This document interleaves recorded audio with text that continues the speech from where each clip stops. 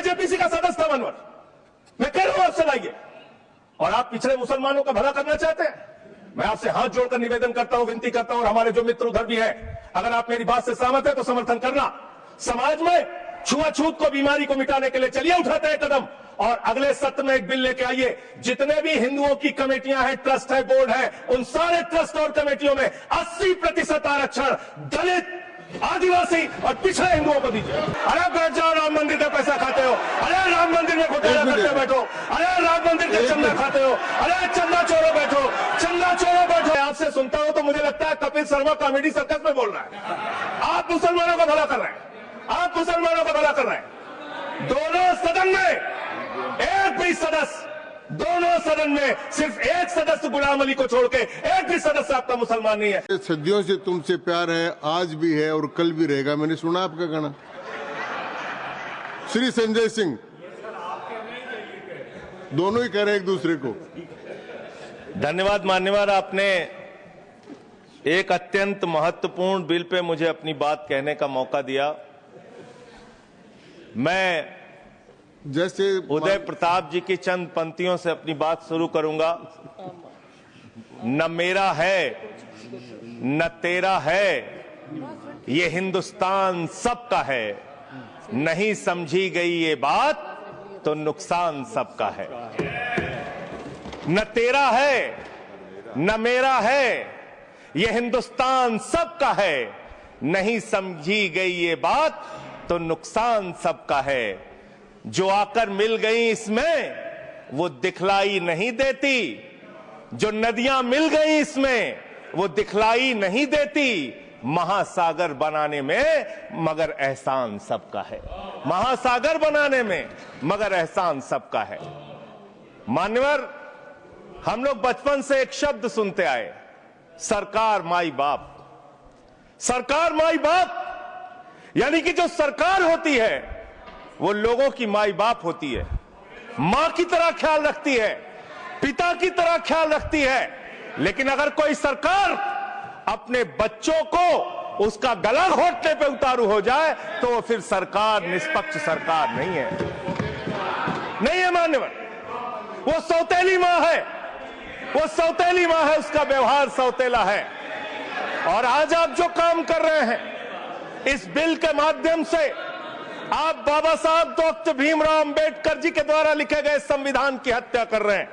और ये बात मैं इसलिए कह रहा हूं कि बाबा साहब डॉक्टर भीमराव अंबेडकर जी ने संविधान की धारा 26 में लिखा, धार्मिक मामलों के प्रबंधन की स्वतंत्रता, धार्मिक एवं धर्मार्थ उद्देश्यों के लिए संस्थाओं की स्थापना एवं रखरखाव करना, धर्म के मामलों में अपने स्वयं के मामलों का प्रबंधन करना, चल एवं अचल संपत्ति का स्वामित्व एवं अधिग्रहण करना तथा ऐसी संपत्ति का कानून के अनुसार प्रशासन करना।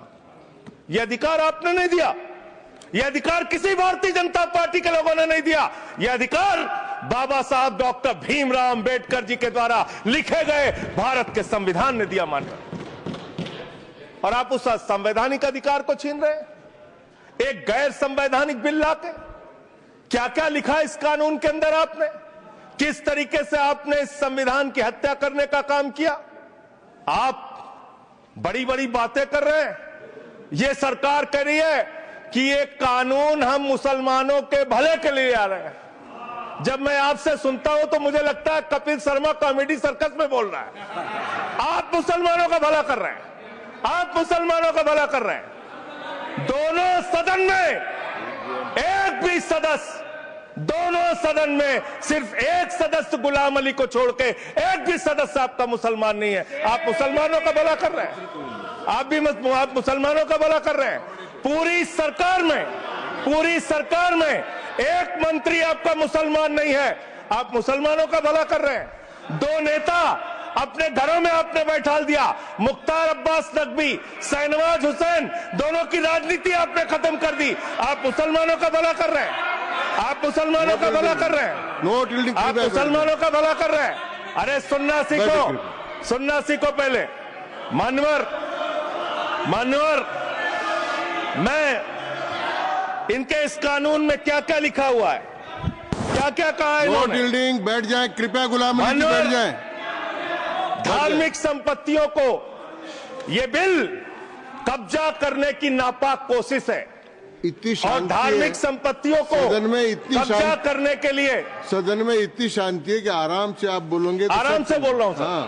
आप बैठे हैं तो आपको देख के वैसे ही आराम आ जाता है। आपको देख के मैं वैसे ही आराम में रहता हूं सर। आप जब है आपका संरक्षण है तो आराम से ही बोल रहा हूं। बोलिए बोलिए। मान्यवर, धार्मिक संपत्तियों को कब्जा करने की एक कोशिश है। इसलिए इस बिल पर न हिंदू को खुश होना चाहिए, न सिख को खुश होना चाहिए, न ईसाई को खुश होना चाहिए, न जैन को खुश होना चाहिए, न बौद्ध को खुश होना चाहिए, क्योंकि नंबर सबका आएगा। और आज वक्फ की संपत्तियां कब्जा करके आप अपने दोस्तों को देंगे, कल गुरुद्वारे की संपत्तियां कब्जा करके आप अपने दोस्तों को देंगे, फिर चर्चों की संपत्तियां कब्जा करके आप अपने दोस्तों को देंगे, फिर बौद्धों की संपत्तियां कब्जा करके आप अपने दोस्तों को देंगे, फिर जैनों की संपत्तियां कब्जा करके आप अपने दोस्तों को देंगे, फिर मंदिरों की जमीनें कब्जा करके आप अपने दोस्तों को देंगे। आप तो वो लोग हैं जिन्होंने प्रभु श्री राम के मंदिर में भी घोटाला किया। मान्यवर, प्रभु श्री राम के मंदिर के जमीन में घोटाला किया। मैं कागज दूंगा सर, मैं कागज दूंगा। बंद कर दिया मैंने। ये लोग राम मंदिर में घोटाला करने वाले लोग हैं। राम मंदिर की जमीन का चंदा खाने वाले लोग हैं सर। ये लोग 2 करोड़ की जमीन 5 मिनट में 18 करोड़ में बेची सर इन लोगों ने। 16.5 करोड़ का घोटाला किया, 18.5 करोड़ में जमीन बेची। ये राम मंदिर में घोटाला करने वाले लोग हैं सर। मान्यवर, अरे प्रभु श्री राम के नाम का पैसा खाते हो तुम लोग। अरे बैठ जाओ, राम मंदिर का पैसा खाते हो। अरे राम मंदिर में घोटाला करते हो, बैठो। अरे राम मंदिर का चंदा खाते हो। अरे चंदा चोरो बैठो, चंदा चोरो बैठो, चंदा चोरो बैठो, बैठो चंदा चोरो, चंदा चोरो बैठ जाओ। चंदा चोर हो तुम लोग चंदा चोर हो, चंदा चोर हो तुम लोग, चंदा चोर हो, चंदा चोर हो, चंदा चोरो बैठो। 1 मिनट को प्लीज। चंदा चोरो बैठो। सभापति महोदय Shri Gajendra Singh ji. Sir I am not yielding sir, I am not yielding. सदस्य ने चंदा चोरी किया इन्होंने सर।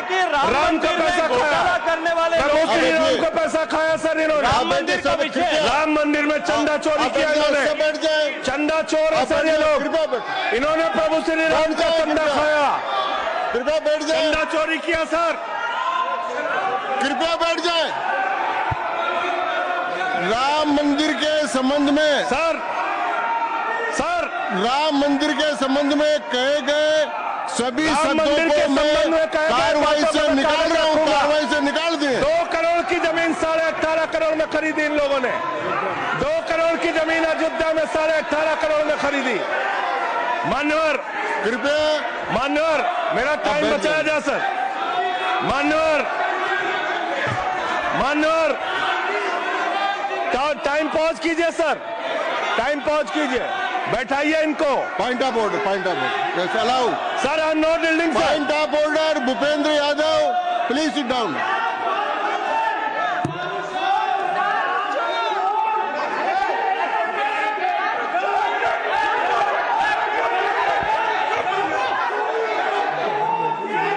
भाई पॉइंट ऑफ ऑर्डर मैंने दिया।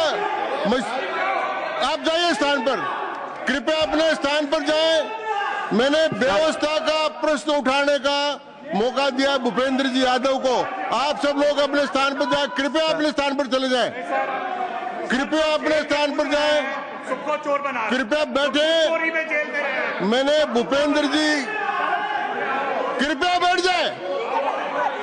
कृपया श्री भूपेंद्र यादव सर। मैं पहले Bhupendra ji. Yes sir. Bhupendra Yadav sir.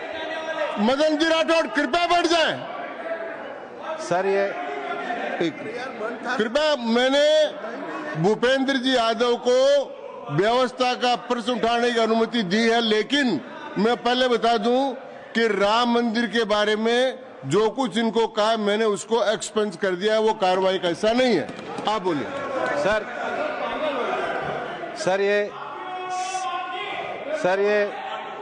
Sir ये सदन का उच्च सदन है। रूल में बता देता हूं, रूल 238 और 240। आप 238 और 240, 238 and 240, you read it. Sir there are 238 कौन से? सर 2 रूल्स है, 238, 240, मेरे को बुक की जरूरत नहीं है। हाउ टू स्पीक ये 238 है। सर 240 बड़ा इंपॉर्टेंट है जी। सर। कोई भी सदस्य अगर इररिलेवेंट बोलता है, अगर तो ये चेयर की पावर है कि उस सदस्य को रोक सकते हैं। जो विषय डिबेट से जुड़ा हुआ नहीं है, जो विषय सदन से जुड़ा हुआ नहीं है, इररिलेवेंट विषय को आपको रोकने का अधिकार है। जो सदस्य संजय सिंह जी बोल रहे थे वो इररिलेवेंट है। तीसरा एक और विषय सर, 238 में बोलने के बाद जो असंसदीय शब्द है, किसी भी पार्टी के बारे में, किसी के बारे में जो असंसदीय शब्द है वो बोले गए हैं तो उसकी भर्त्सना भी हाउस पूरी तरीके से करता है, माननीय और उसको हटाता है। माननीय Tiruchi Shiva, Sir, I also stand on the. please, I am allowing Mr. Tiruchi Shiva. I also stand on the same rule, sir. 238 and 240. You didn't quote 238. You remember 240, but 238 you are well versed, I know, but you are not quoted. Nothing refer, only the rule number. Yes, yes. Refer to any matter of fact on which a judicial decision is pending. No. Make a personal charge against a member. No. Please. Oh. What is? Please. Kindly listen. Hello, please. I'm on a point of order. I'm on a point of order. I'm on a point of order. Point of order आपने allow किया है। What is that? Point of order आपने allow किया है। Rule 240. बैठ जाए। Sir, सुन ले एक बार। sir. मैं निर्णय मुझे करना, आप तो सुन तो लें। आप बैठे। Yes, sir, Vice Chairman, only 240. 240 which is मैंने quoted, दोनों say- 238, Sir, sir. 240 दोनों देख लिए। Please, sir. हाँ। Rule 240 says, the chairman, after having called the attention of the council to the conduct of a member who persists in irrelevance or in tedious repetition, you didn't call, sir. Whether it is irrelevance or repetition has to be decided by the chair. So, the chairman, आप सुनो ना भाई, please. hello, please. I am speaking to the chair. Please तो I am speaking to the chair. इधर देखिए ना। Sir, it is we leave it to your discretion and Yes. decision, sir. Yes. And not it is repetition or irrelevance can be decided by any other member, sir. Only you, sir. Okay, thank you. मैंने श्री भूपेंद्र जी यादव ने 240 में ये और है कि अगर कोई दूसरा सदस्य भी किसी सदस्य के इररिलेवेंट डिबेट को सपोर्ट करता है तो उसको भी डिबार करना चाहिए। आपको शिवा को भी करना चाहिए। अब एक सेकंड, मेरी व्यवस्था यह है कि 238, 240 के अंतर्गत मैंने ऑलरेडी जो असंसदीय शब्द थे वो और राम मंदिर के बारे में, क्योंकि ये विधेयक की परव्यू में नहीं आता है, इसलिए मैंने राम मंदिर के बारे में इनके लगाए गए इलेक्शन और असंसदीय शब्दों को कार्रवाई से निकाल दिया। धन्यवाद। मान्यवर, आपने कहा कि इससे आप पिछड़े मुसलमानों का भला करने जा रहे हैं। सुनने में बहुत अच्छा लगता है कि आप पिछड़े मुसलमानों का भला करने जा रहे हैं। आपने इसमें कहा कि आप महिलाओं का भला करने जा रहे हैं। सुनने में बहुत अच्छा लगता है कि आप महिलाओं का भला करने जा रहे हैं, लेकिन ये सरकार, और यहां पे इस समय मंत्री जी नहीं है, मैं उनसे पूछना चाहता हूं, आप देश को और सदन को गलत जानकारी क्यों दे रहे हैं? मानवर, 2013 के वक्फ बिल में जो भारतीय जनता पार्टी की सहमति और सहयोग से पास हुआ, उसमें भी महिलाओं के लिए आरक्षण था। मना कर दीजिए कि नहीं था, मना करिए कि हम गलत बोल रहे हैं। मान्यवर, मंत्री जी ने कहा 1 करोड़ सुझाव आया। मैं आपसे पूछना चाहता हूं, कितने करोड़ ईमेल आए, कितने करोड़ पत्र आए, कितने करोड़ सुझाव आए? पूरे देश को जानकारी दीजिए, और मैं आपको दावे के साथ कह सकता हूं, जब पूरा सच सामने आएगा तो देश को पता चलेगा कितने लोग इस बिल के विरोध में थे, कितने लोग इस बिल के समर्थन में थे। मैं जेपीसी का सदस्य था मानवर, मैं कह रहा हूं आपसे लाइए। और आप पिछड़े मुसलमानों का भला करना चाहते हैं? मैं आपसे हाथ जोड़कर निवेदन करता हूं, विनती करता हूं, और हमारे जो मित्र उधर भी हैं, अगर आप मेरी बात से सहमत हैं तो समर्थन करना। समाज में छुआछूत को, बीमारी को मिटाने के लिए चलिए उठाते हैं कदम, और अगले सत्र में एक बिल लेके आइए। जितने भी हिंदुओं की कमेटियां हैं, ट्रस्ट है, बोर्ड है, उन सारे ट्रस्ट और कमेटियों में 80% आरक्षण दलित, आदिवासी और पिछड़े हिंदुओं को दीजिए। मैं समर्थन करूंगा आपका, माला पहनाऊंगा आपको। आप पिछड़ों का भला करने की बात करते हैं, आप दलितों का भला करने की बात करते हैं। आपकी मातृ संस्था आरएसएस 100 साल तक आपने एक भी दलित, पिछड़ा और आदिवासी, एक भी महिला को आज तक आरएसएस का प्रमुख नहीं बनाया। आप दलितों और पिछड़ों और आदिवासियों की आरएसएस के बारे में भला करने की बात को करते एक्सप्लेन कर हैं। दीजिए। माननीय, इस बिल में क्या लिखा है? आप जो भी बातें इस विधेयक के अलावा बोलेंगे उन सबको मैं एक्सप्लेन सर, ये करूंगा। क्या सच नहीं है? क्या ये सच नहीं है? सर, मेरा टाइम रोका जाए। और सर, बिल के बारे में बात करते हैं। माननीय मंत्री जी ने कहा आज आप इस बिल को पास कर रहे हैं, आज आपका सीना चौड़ा हो रहा है, आपको लग रहा है एक धर्म के अधिकार को आप छीन रहे हैं। नहीं, कल को आप सभी धर्मों की धार्मिक संपत्तियां छीन के आप अपने दोस्तों का देने का काम करेंगे। मैं फिर इसको दोहरा रहा हूं और फिर इसको कह रहा हूं कि आप ये करेंगे, धार्मिक संपत्तियों के कब्जा करने का काम करेंगे। और किसी गलतफहमी में मत रहिए। आपको लोकसभा के चुनाव में मात्र 36% वोट मिला है। इस देश की 64% आबादी आज भी आपके खिलाफ है, आज भी आपके खिलाफ खड़ी है। किसी गलतफहमी में मत रहिए। बड़ी बड़ी सत्ता उखड़ गई और चली गई। मान्यवर, आपने इसमें लिखा बिल के अंदर कि वक्फ कमेटी के अंदर गैर मुसलमान इसका सदस्य बन सकता है। आप क्या गुरुद्वारा कमेटी के अंदर गैर सिख को मेंबर बना सकते हैं? क्या ईसाई कमेटी के अंदर गैर ईसाई को सदस्य बना सकते हैं?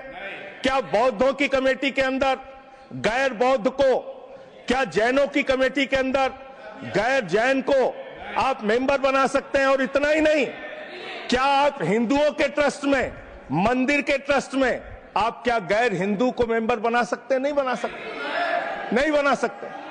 आप एक झूठ फैला रहे हैं देश भर में, देश भर में झूठ फैला रहे हैं। आप कह रहे हैं ये मैं पढ़ रहा हूं राम मंदिर का, सर, राम मंदिर ट्रस्ट। झूठ शब्द असंसदीय है, जो असंसदीय शब्द है उनको निकाल दीजिए। सत्य से परे, सत्य से परे। सर, ये प्रभु श्री राम के मंदिर का ट्रस्ट, मैं इसका समर्थन करता हूं। नहीं, आप सर, मैं इसका समर्थन कर रहा हूं। ये सब्जेक्ट नहीं है सर, समर्थन कर रहा हूं। सुन तो लीजिए, आप कहे से नहीं सुनूंगा। डिस्ट्रिक्ट मजिस्ट्रेट प्रोसीडिंग में नहीं आएगा सर, मेरी बात तो बिल्कुल नहीं आएगा। सर, मेरी बात सुन लीजिए। घनश्याम जी प्लीज, चेयरमैन साहब, district magistrate of Ayodhya will be ex officio trustee who will be a practicing Hindu. If the DM is not Hindu, then additional district magistrate will be an ex officio member of the trust. हम इसका समर्थन करते हैं sir. Hindu धर्म के trust में हिंदू को member होना चाहिए, आपने लिखा, हम इसका समर्थन करते हैं। लेकिन आप दूसरे धर्मों के ऊपर कह रहे हैं। कल को आप गुरुद्वारा कमेटियों में कहेंगे सिख नहीं, दूसरे धर्म के लोग इसमें आएंगे।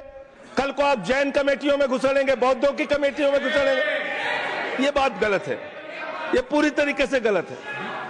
और आज पूरे देश को आप बताइए, मान्यवर, पूरे देश को आप बताइए, 2009 में आपने अपना घोषणा पत्र जारी किया था, मैनिफेस्टो। ये मैनिफेस्टो आपका लेके आया हूं, ये तो आपका डॉक्यूमेंट है, मेरे घर नहीं बना। इस मैनिफेस्टो में लिखा है इन्होंने कि 2009 के मैनिफेस्टो में लिखा है कि वक्फ की जमीनों पर जो अवैध कब्जे हुए हैं, के.आर. रहमान की कमेटी की रिपोर्ट के हिसाब से हम मुस्लिम धर्म गुरुओं के साथ बातचीत करके उसको खाली कराने का काम करेंगे। कितना दोहरा चरित्र है आपका।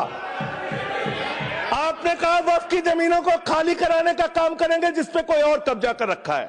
मान्यवर, एक और बात, सुप्रीम कोर्ट के अंदर आप कह रहे हो कागज चाहिए, कागज चाहिए। मंत्री जी ने कहा कागज चाहिए। मंत्री जी, आपको कागज की बहुत जरूरत होती है, कागज आपको चाहिए। आपकी सरकार ने 2020 में, ये पूरे देश को देखना चाहिए, पूरे देश को सर, 2020 में मैं जेपीसी का मेंबर था, एक कागज वहां मिला मैं 2020 में सुप्रीम कोर्ट में। सर, आप, मेरी बात नहीं आ रही सर, सर मेरी बात नहीं आ रही। 2020 में मान्यवर इस भारत की सरकार ने, मोदी जी की सरकार ने शपथ पत्र दिया सुप्रीम कोर्ट में, से क्या लिखा हुआ है? 99% वक्फ की संपत्तियां डिजिटाइज हो चुकी हैं। मुख्तार अब्बास नकवी साहब आपके मंत्री थे, उनका बयान है 100% वक्फ की संपत्तियां डिजिटाइज हो चुकी हैं। तो जब आप सारी संपत्तियां डिजिटाइज कर चुके हैं, सब कुछ ऑनलाइन कर चुके हैं वामसी पोर्टल में, सारे कागजात जांच चुके हैं, तो क्या आप फसाद कराने के लिए फिर से कागज मांग रहे हैं? फसाद कराने के लिए आप फसाद कराने के लिए कागज मांग रहे हैं? आप फसाद कराने वाले हिंदू हैं, हम सौहार्द फैलाने वाले हिंदू हैं। यह बुनियादी फर्क है, यह बुनियादी फर्क है आप में। आप देश भर में फसाद, नफरत, लड़ाई, झगड़ा कराने का काम करते हैं। मान्यवर, मैं अंत में आप लोगों से सिर्फ एक ही बात कहना चाहता हूं कि आज सच्चर कमेटी की रिपोर्ट की बात कही गई और कहा गया 12,000 करोड़ की आमदनी हो सकती थी। एक सुझाव मैं पूरे सदन की तरफ से इस सरकार को देना चाहता हूं। 12,000 करोड़ की आमदनी की चिंता है वक्फ की, करोड़ों मुसलमानों की चिंता है आपको। एक अपने दोस्त को पकड़ के लाइए, नीरव मोदी को 20,000 करोड़ वसूलिए, 12,000 करोड़ वक्फ को दीजिए, 8,000 करोड़ अपने पास रखिए। 8,000 करोड़ का आपको मुनाफा होगा, 12,000 करोड़ वक्फ को दे दीजिए, करोड़ों मुसलमानों का भला हो जाएगा। मान्यवर, अंतिम बात कह के आपने कहा सच्चर कमेटी की रिपोर्ट से 12,000 करोड़ की आमदनी की बात कही गई है। अर्ध सत्य मत बोलिए, पूरा सत्य बोला कीजिए। सुविधाजनक सत्य मत बोलिए, पूरा सच बोला कीजिए। मंत्री जी, इसमें लिखा हुआ है सच्चर कमेटी की रिपोर्ट में कि भारत की सरकार ने, राज्यों की सरकार ने अलग अलग राज्यों में, अलग अलग जगहों पे 365 वक्फ की संपत्तियां कब्जा कर रखी हैं। आप उसके बारे में नहीं बताते, आप अर्ध सत्य बोलते हैं। मैं तो जेपीसी का मेंबर रहा हूं, मुझे सब पता है। तो इसलिए मान्यवर, आप फैला रहे हैं झूठ, ट्रिब्यूनल के फैसले, बस खत्म सर, खत्म। असत्य, सत्य से परे मान्यवर, सत्य से परे मान्यवर। ट्रिब्यूनल के लिए आप कह रहे हैं उसको अपील नहीं की जा सकती। हाई कोर्ट का फैसला ट्रिब्यूनल के फैसले के खिलाफ आया है, सुप्रीम कोर्ट का फैसला ट्रिब्यूनल के फैसले के खिलाफ आया है। आपने कहा 5 साल का प्रैक्टिसिंग मुस्लिम होना चाहिए। कैसे प्रैक्टिसिंग मुस्लिम तय करेंगे सर? आप क्या मुसलमानों के घर में सीसीटीवी का कैमरा लगाएंगे? कौन नमाज पढ़ रहा है, कौन नमाज नहीं पढ़ रहा है, कौन मुसलमान है, कौन मुसलमान नहीं है? आपने मान्यवर ऐसे प्रावधान इसमें रखे हैं जो बड़े अजीब हैं, जो अपने आप में ये बताते हैं कि आपकी मंशा सिर्फ देश में झगड़ा कराने की है, नफरत फैलाने की है, फसाद कराने की है। आपकी मंशा कहीं भी मुसलमानों का या किसी वर्ग का भला करने की नहीं है। बस एक अंतिम बात कह के अपनी बात समाप्त करूंगा। ये काम आपने देश के अंदर बहुत अच्छा शुरू कर दिया। आप एक काम करते हैं, देखो मुसलमानों को ठीक कर रहा हूं, दूसरी तरफ महंगाई बढ़ रही है, नुकसान हिंदुओं का। 94 लाख करोड़ रुपए शेयर बाजार में डूब रहा है, नुकसान हिंदुओं का। 11 लाख बच्चे स्कूलों से बाहर निकल गए, नुकसान हिंदुओं का।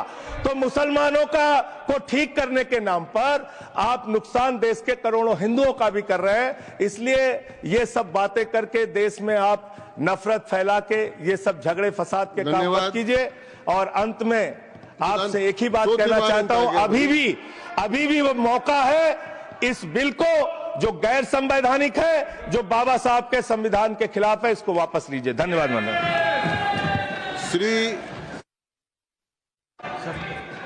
दूंगा ही।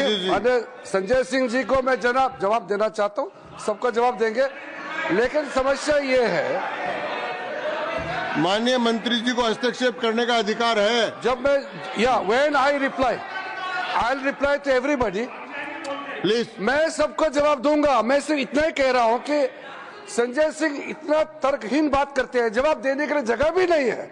वो पॉइंटलेस बात करता है, बिल से संबंधित नहीं, इधर उधर का बात करता है। पॉइंट में बात कीजिए, मैं जवाब दूंगा बाद में। श्री येरम वेंकट सुब्बा रेड्डी।